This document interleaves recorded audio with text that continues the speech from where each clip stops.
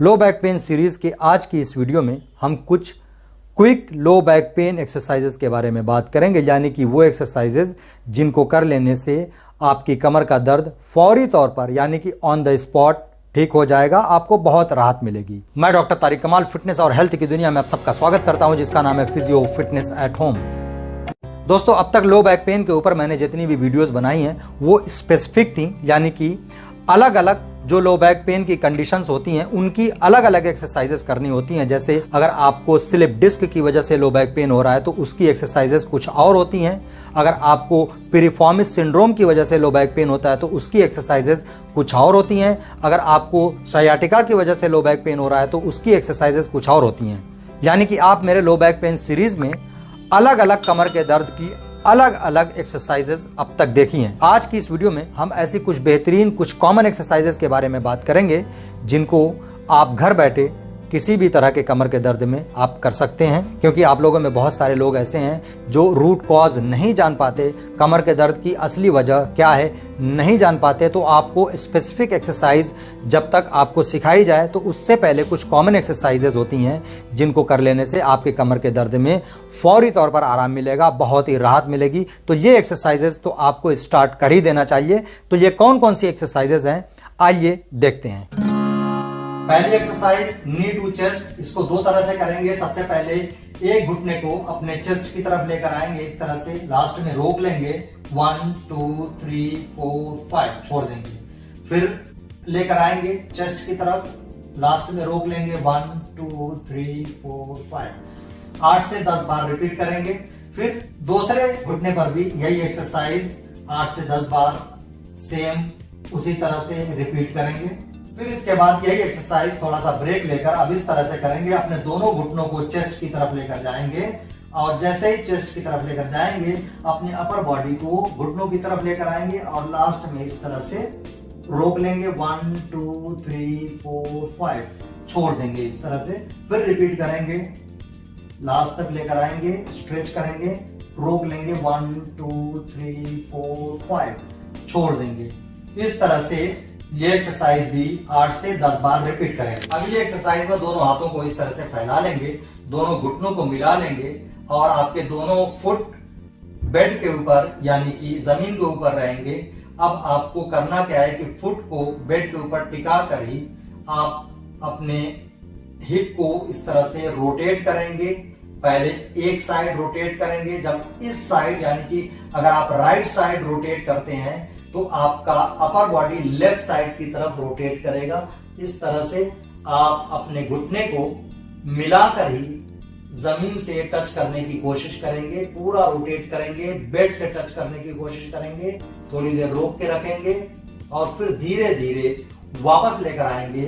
अब left side की तरफ इसको रोटेट करेंगे। जब इसको यानी कि घुटनों को लेफ्ट साइड की तरफ जब लेकर जाएंगे तो आपकी अपर बॉडी अपोजिट साइड की तरफ मूव करेगी। इस तरह से धीरे धीरे घुटनों को लेफ्ट साइड लेकर जाएंगे, जमीन से यानी कि बेड से टच करने की कोशिश करेंगे और लास्ट में रोक लेंगे, फिर वापस लेकर आएंगे।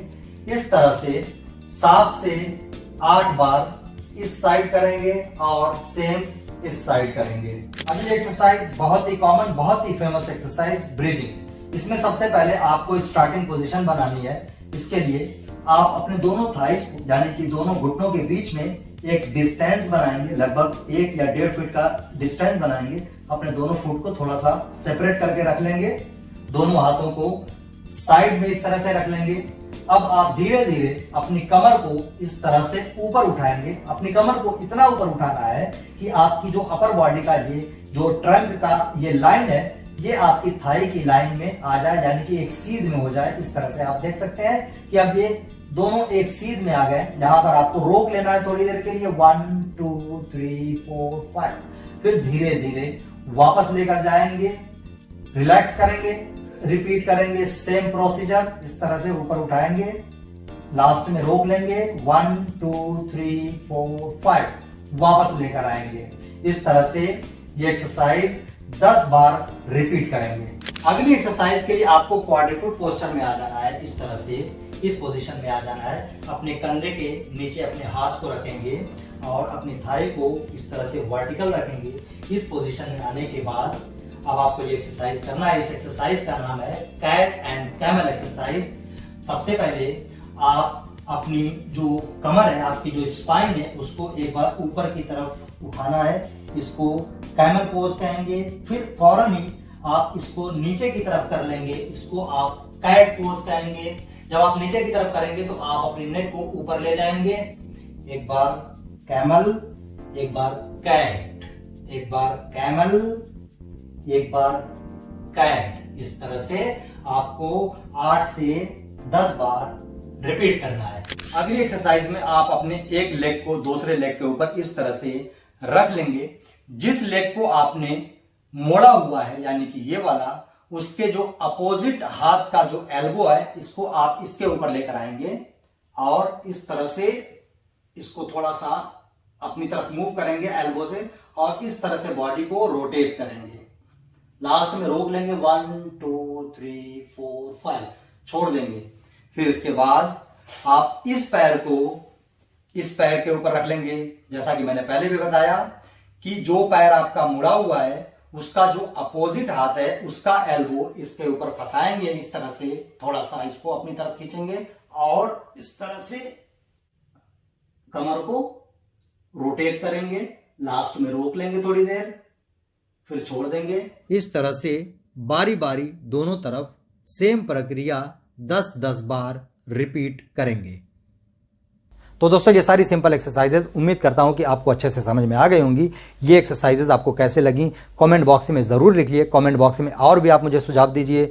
वीडियो को लाइक कीजिए, ज़्यादा से ज़्यादा लोगों को शेयर करिए ताकि और भी लोग इससे फ़ायदा उठा सकें। अगर आप चैनल पर नए हैं तो चैनल को सब्सक्राइब करने के साथ साथ बेल आइकन भी दबाइए ताकि मैं कोई भी वीडियो बनाऊँ तो उसकी नोटिफिकेशन आपको मिलती रहें।